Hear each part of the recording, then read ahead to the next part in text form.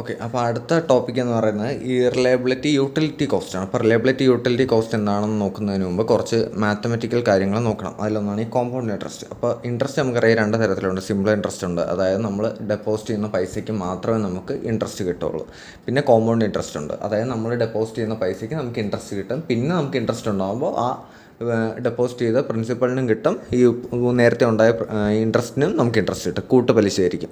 അപ്പോൾ അതാണ് compound interest. അതിന് റിലയബിലിറ്റിയിൽ എന്ത് സിഗ്നിഫിക്കൻസ് ആണെന്ന് വെച്ചാൽ നമ്മൾ ഈ ഡിപ്രീസിയേഷൻ അല്ല, ഇൻഫ്ലേഷൻ ഉണ്ടാവുമല്ലോ. അപ്പോൾ ഇൻഫ്ലേഷൻ നമ്മൾ കോമ്പൗണ്ട് ഇൻട്രസ്റ്റിൻ്റെ കോൺസെപ്റ്റ് വെച്ചാണ് അക്കൗണ്ട് ചെയ്യുന്നത്. എന്തായാലും കോമ്പൗണ്ട് ഇൻട്രസ്റ്റിൻ്റെ ഫോർമുല വരുന്നത് ഇതാണ്: amount equal to principal into 1 + rate whole raise to n എന്നാണ് പറയുന്നത്. അതായത് എ എന്ന് പറഞ്ഞാൽ നമുക്ക് അവസാനം കിട്ടുന്ന ഫൈനൽ എമൗണ്ട്, പി നമ്മൾ ആദ്യം ഡെപ്പോസിറ്റ് ചെയ്യുന്ന എമൗണ്ട്, എൻ എത്ര സമയം എടുക്കുന്നു, റേറ്റ് ഇൻട്രസ്റ്റ് റേറ്റ്. അതായത് ഞാനിപ്പോൾ ബാങ്കിലൊരു 10,000 രൂപ ഡെപ്പോസിറ്റ് ചെയ്തു. അപ്പോൾ പ്രിൻസിപ്പളാണ് 10,000 രൂപ വരുന്നത്.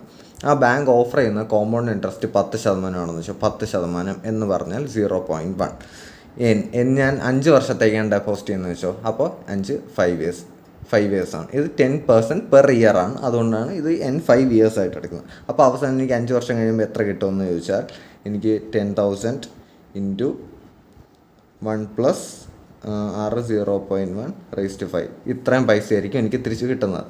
ഇത് നമ്മൾ റിലയബിലിറ്റിയിൽ എങ്ങനെ വരുന്നത് വെച്ചാൽ നമ്മൾ ഇൻഫ്ലേഷൻ്റെ റീസൺ കാരണമാണ് റിലയബിലിറ്റിയിൽ വരുന്നത്. അത് എങ്ങനെയാണ് ഞാൻ വേറൊരു എക്സാമ്പിൾ പറഞ്ഞുതരാം. ഇപ്പോൾ ഞാനൊരു കുറച്ച് സ്ഥലം വാങ്ങിച്ചെന്ന് വിചാരിക്കുക. ഞാനൊരു 1,00,000 രൂപയ്ക്ക് കുറച്ച് സ്ഥലം വാങ്ങിച്ചു.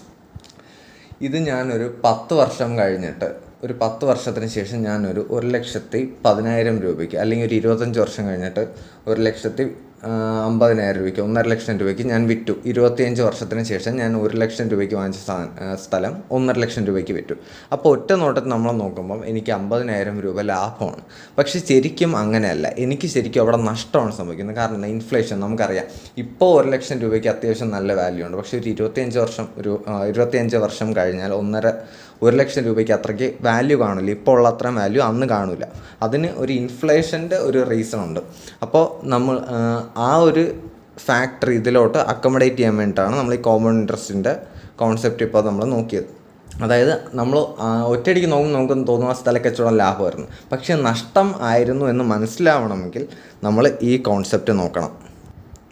വേറൊരു എക്സാമ്പിൾ പറഞ്ഞുതരാം. ഞാനിപ്പോൾ ഒരു 5,000 രൂപയ്ക്കൊരു മൊബൈൽ ഫോൺ വാങ്ങിച്ചെന്ന് വെച്ചു. അപ്പോൾ എനിക്ക് ഇനിഷ്യൽ കോസ്റ്റ് ഞാൻ വാങ്ങിച്ചത് 5,000 രൂപയ്ക്കാണ്. അത് കഴിഞ്ഞിട്ട് ഞാനിപ്പോൾ ഒരു 5 വർഷം കഴിഞ്ഞിട്ട് അത് സർവീസ് ചെയ്യണമെന്ന് വെച്ചാൽ മൊബൈൽ ഫോൺ സർവീസ് ചെയ്യണം. ആ സർവീസ് ചെയ്യാൻ ഞാൻ 2,000 രൂപ കൊടുക്കണമെന്ന് വിചാരിക്കുക.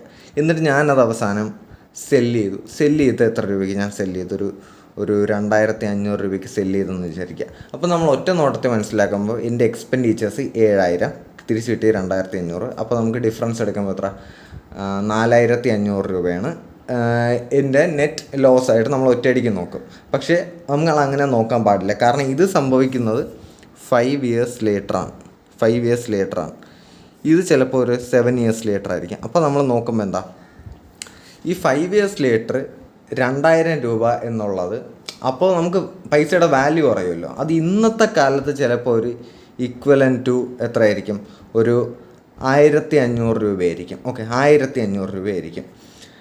ഇത് ഇന്നത്തെ കാലത്ത് ഈക്വലൻ്റ് ടു ഒരു 1,000 അല്ലെങ്കിൽ ഒരു 2,100 രൂപയാണെന്ന് വിചാരിക്കുക. ഓക്കെ, ഇത് 1,500 രൂപയ്ക്ക്, ഇത് 2,100 രൂപയ്ക്ക്. അപ്പം നമ്മൾ റിലയബിലിറ്റിയുടെ പോയിൻ്റ് ഓഫ് വ്യൂവിൽ ടോട്ടൽ എക്സ്പെൻഡിച്ചേഴ്സ് അല്ലെങ്കിൽ നെറ്റ് കോസ്റ്റ് നോക്കുമ്പോൾ ഈ 5,000 + 2,000 - 2,500 അല്ല നോക്കുന്നത്.